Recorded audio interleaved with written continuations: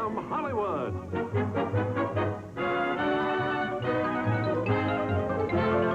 The Jack Benny Program. With Jack's special guest, Phil Silvers.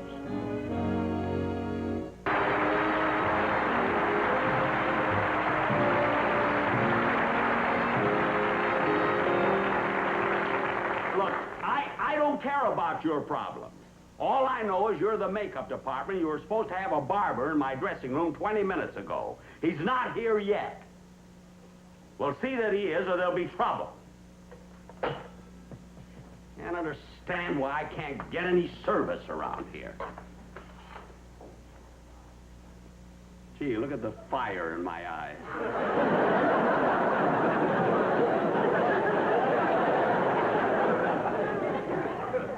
It's hard to believe that in just 10 minutes, I'll be out on that stage and be the lovable Jack Benny again. Hello, Mr. Benny. Oh, hello. It's about time you got here, you know. Well, I'm sorry that I'm late, but I was coming down the hall, I ran into a woman, and she had an appendix attack, and I had to operate.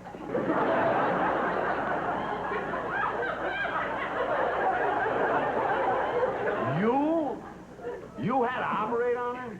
Yeah, with this coat and the bag, they thought I was a doctor. Oh, sure. They thought you were a doctor. Can imagine. Come on, now shave me. Okay, well, I put on my rubber gloves. Just shave me, that's all. Say, doctor, rubber glove.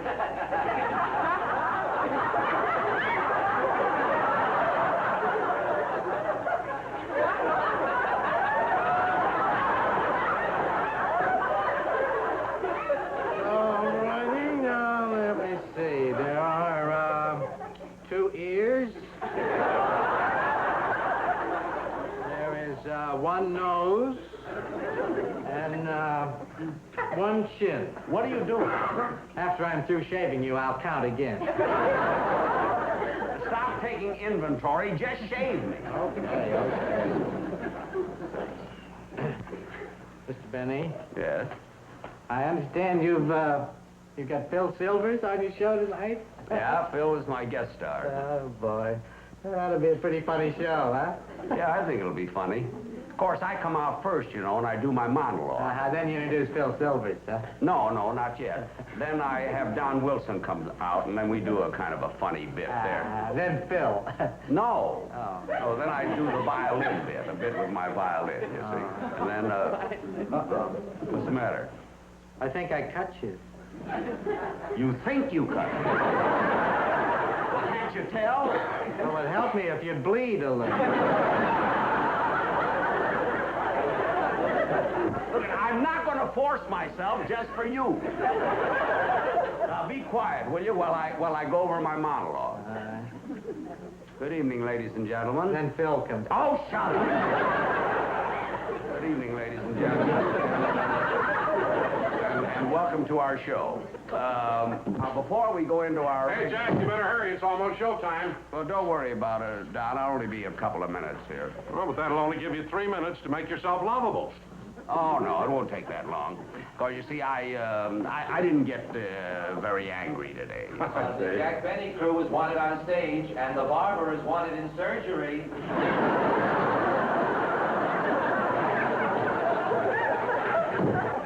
Surgery? I thought he was kidding. Gee, that must be the studio's medical plan. Part of it, anyway. Oh, say, by the way, Jack, is Phil Silver still complaining about the script? Yes, he's always complaining. He doesn't like the script, and he's angry because he's on so late in the show. Well, after all, Jack, it's your show. You should be on there first. Well, of course I should be on there first, but Phil doesn't realize that. He wants to be the first one on. Attention, Jack Benny cast. 1 minute to airtime. Oh, Don, we only got a minute. Give me my shirt, will you? Okay.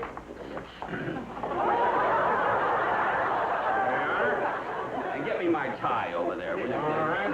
Hey, how's this one? Huh? Yeah, that's right. Okay. Nice blue one. And Don, you better get me my pants. Your pants? Yeah, they're right over there. Where are they? Over here? there, hanging by that coat.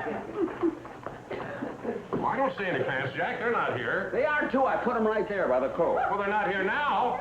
What do you mean they're not there? I put them there just now. Well, they're not here. I don't see them Well, anywhere. where did you take them? I didn't take them anywhere, Jack. Somebody took them. Oh, for heaven's sake, there's my music. I can't go out on my pants.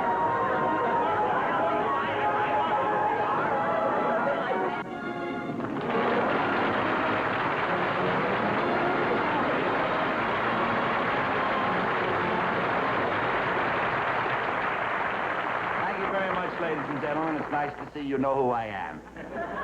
In a moment, you'll meet the star of the show, Gypsy Rose Benny. You know, I really hated to do this, but Jack's fans are so old, it's dangerous to keep them waiting. I haven't been on a panty raid since I left college. You get a load of this material?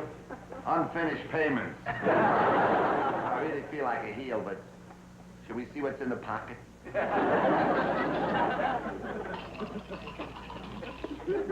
I guess he doesn't carry it around in his mouth anymore.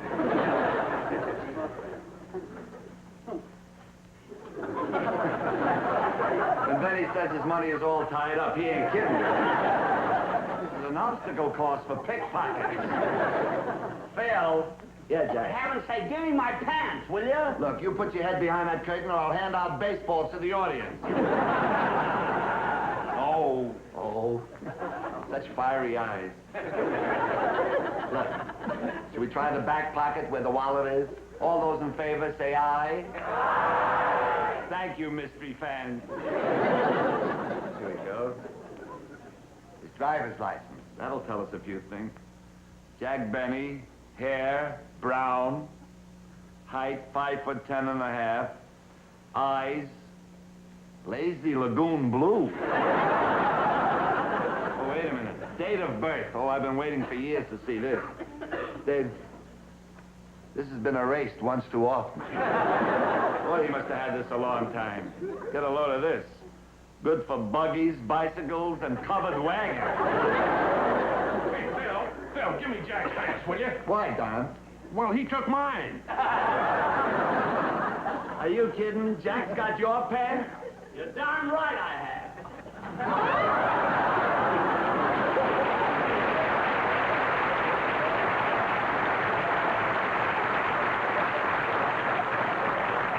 For those of you who are civic-minded, keep your city clean. Throw your trash in Yeah, you've got a lot of nerve doing a thing like this. I mean, you spoil the whole show. Oh, Jack, I guess I was wrong. This is your show. I meant to have a little fun, and this show is so orderly, and here I am lousing it up. Please forgive me. And to show you I'm sincere, I'll just go off now and let the show go in its natural pace. And please, Jack, I know what a great host you are. I'll just go off quietly, unobtrusively.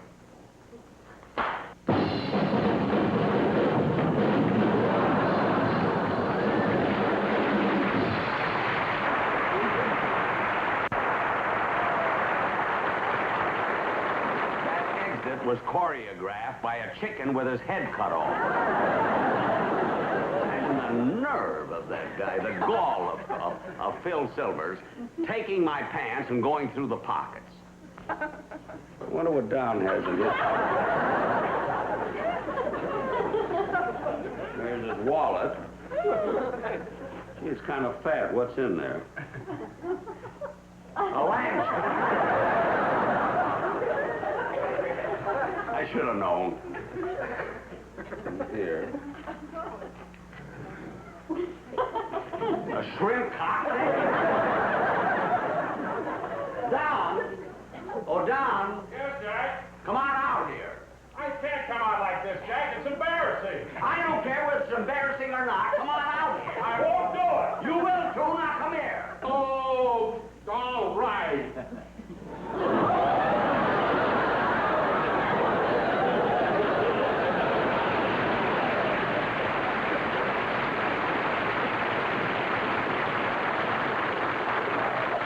Pants are a little tight on you, aren't they? They must be. I'm 2 inches taller. Well, Don, the reason I called you out here's your wallet.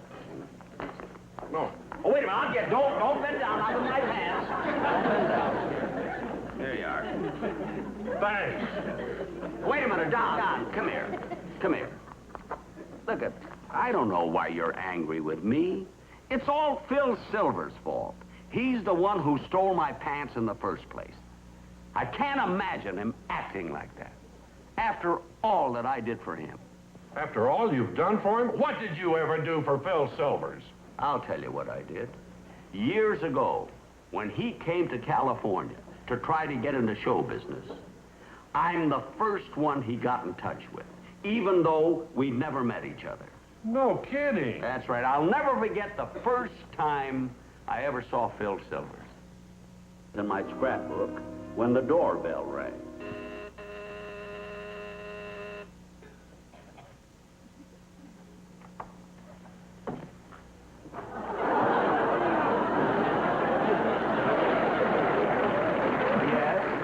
Is this the home of my childhood idol? The man who has lightened my dark hours on radio, the stage, the silver screen? Is this the home of Jack Benny? Yes, it is. May I see him? I'm Jack Benny. Oh, how could I have not recognized you? Oh, I'm so excited. My glasses must have got misty. Well, look, I'm kind of busy. Is there anything I can do for you? Well, the note. The note. Read the note. Dear Jack, this will introduce Philip Silvers. He would like to get started in show business, and since he's the son of my next-door neighbor and dearest friend, I would appreciate anything you can do for him. Love, and Sudi. So you're Philip Silvers. How are you? And you know my Aunt Sudi. Oh, yes, she's a wonderful woman.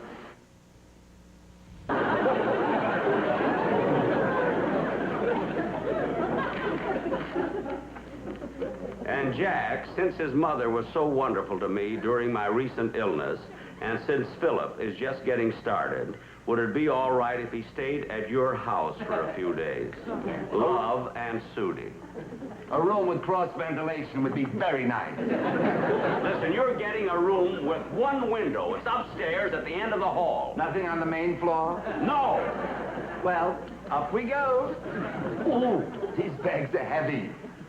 What have you got in them? I don't know. I found them on the train. You know something, Mr. Benny? You've been so nice. When I open them, we'll go halvesies. Oh, the phone. May I use your phone? Yes. Thank you. Operator, would you get me New York City, Murray Hill 8, 20... New York! Yes, Mummy, you'll want to know I got here safely. Well, you can write Mummy a letter. Oh, all right. Have I got any stationery? I'll send it upstairs. Oh, swell. Now I'll go and freshen up, then I'll come back and sit at the feet and bask in the radiance of a great star.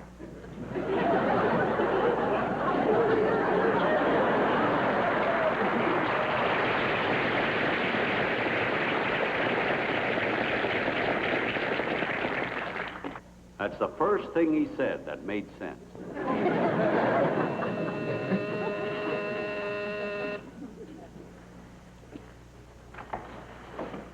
Yes? His cab fare was $6. $6? Why should I pay his cab fare? Well, you're not doing it for him. It's for your Aunt Sudi. You're all right. Okay. What's the matter with that guy anyway? Doesn't pay his cab bill, steals luggage from the... I'm going to call Aunt Sudi and see what this is all about. Uncle Jack, Yes? can I borrow a suit of clothes? Seems I made a wrong choice of bag.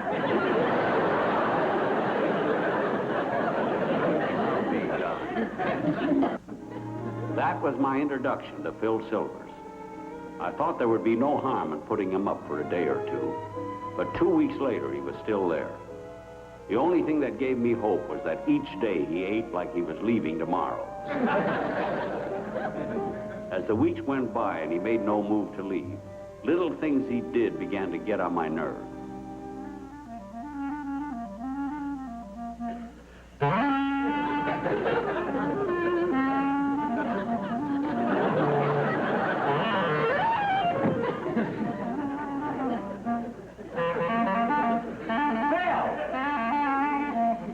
How are you?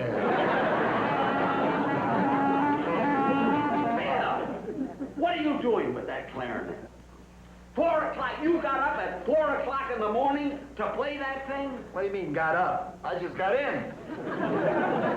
Where were you all night? I was looking for a job. You can't find a job in the middle of the night. He had discovered my little secret. Now, Phil, stop with that. Now, listen. You came here to get into show business. What have you done about it? Nothing. Now, I'm going to give you 2 more days. And if you don't find a job, out you go. I wish you hadn't said that. What? The note. Read the note.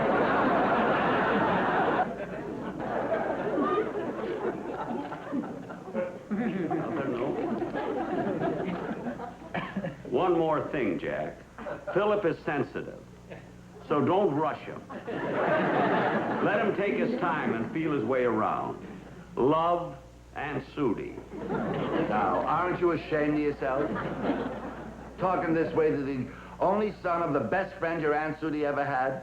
When your Aunt Sudi was sick, it was my mother who brought her chicken soup to help her get well. Every day, she brought her chicken soup. Did she put a time limit on the chicken soup? No. Every morning, she got her chicken soup. He was right. I was ashamed. It was the first time in my life that I realized that chicken soup was thicker than blood.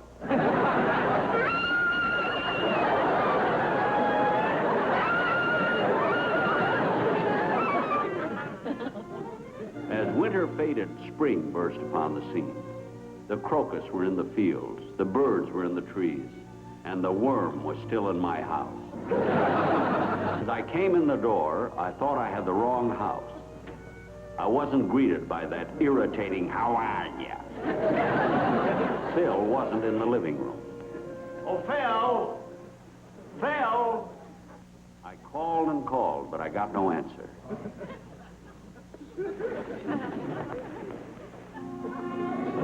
He was gone. Gone. I was so relieved.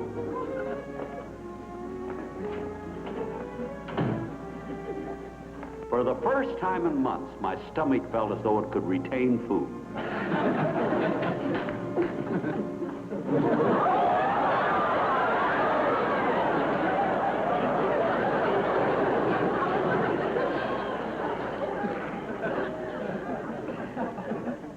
How are you? Close the door, will you, Jack? You're letting in all the hot air. What are you doing with those silly dark glasses? This silly light don't go out when you close the door. Gently, gently. For the next few days, I didn't go home at all. If this was good enough for Bernard Baruch, it was good enough for me. When I finally did go home, I could hardly believe my ears. Phil was on the phone, actually talking about a job. Well, you say it's all arranged with the entertainment director? Splendid. Now, what is it? 6 weeks on tour entertaining the troops. Wonderful. $200 a week. Swell. Thank you very much. Phil! Phil, you got a job. No, I got you a job.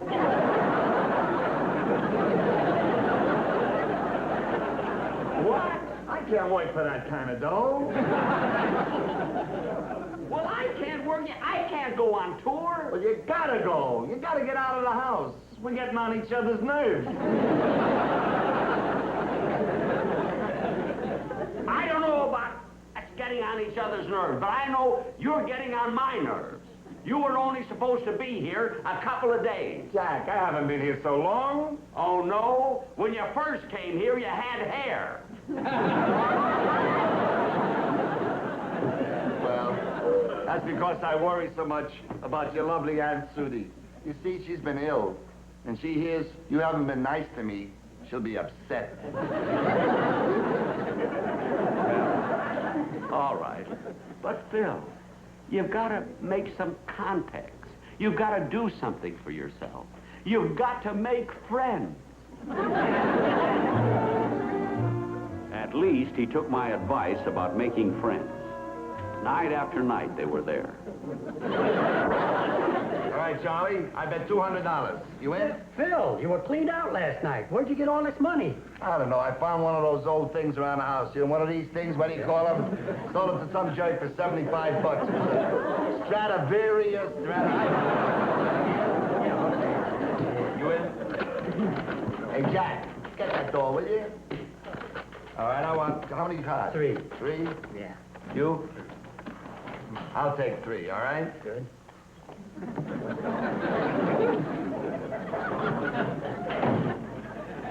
Why didn't my key work?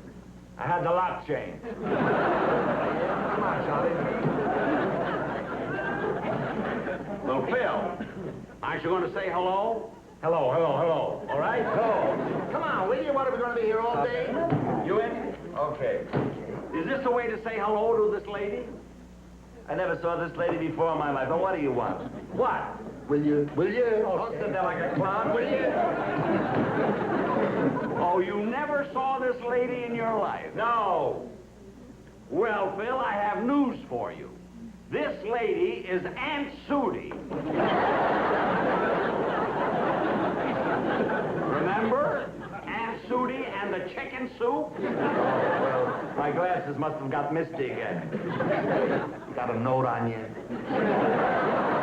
I don't care about your nose. Who's he? I'll explain it to you later. All right, Phil. You stayed here long enough. Now, come on, out. Out of this house. Well, wait a second, Jack. I got 3 kings. I don't care what you do. Now, get out. Out of this house. Go on. Out. Jack, you're right to be upset and angry with me, but don't humiliate me in front of my friends. Let me go out of here in my own way, with dignity. All right, go with dignity.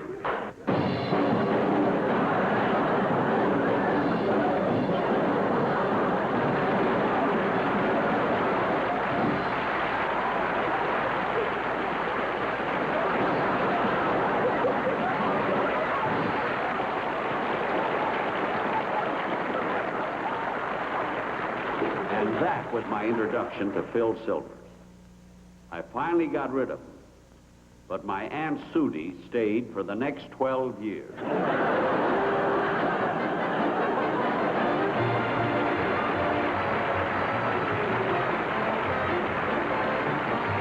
Jack will be back in just a moment, but first... Thank you very much, ladies and gentlemen. I hope you all enjoyed the show. And I also want to thank my guest star, Phil Silvers.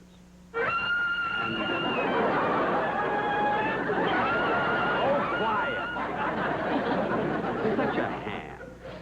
You know, Phil Silvers isn't the only one that helped get started in show business. I helped Bob Hope, Ed Wynn, Weber and Fields, Sir Harry Lauder, John Wilkes Booth. Well, I didn't exactly help John Wilkes Booth. He just asked me if he could stay over to my house for a few days. How did I know he was hiding out? Good night, folks. I'll be seeing you soon.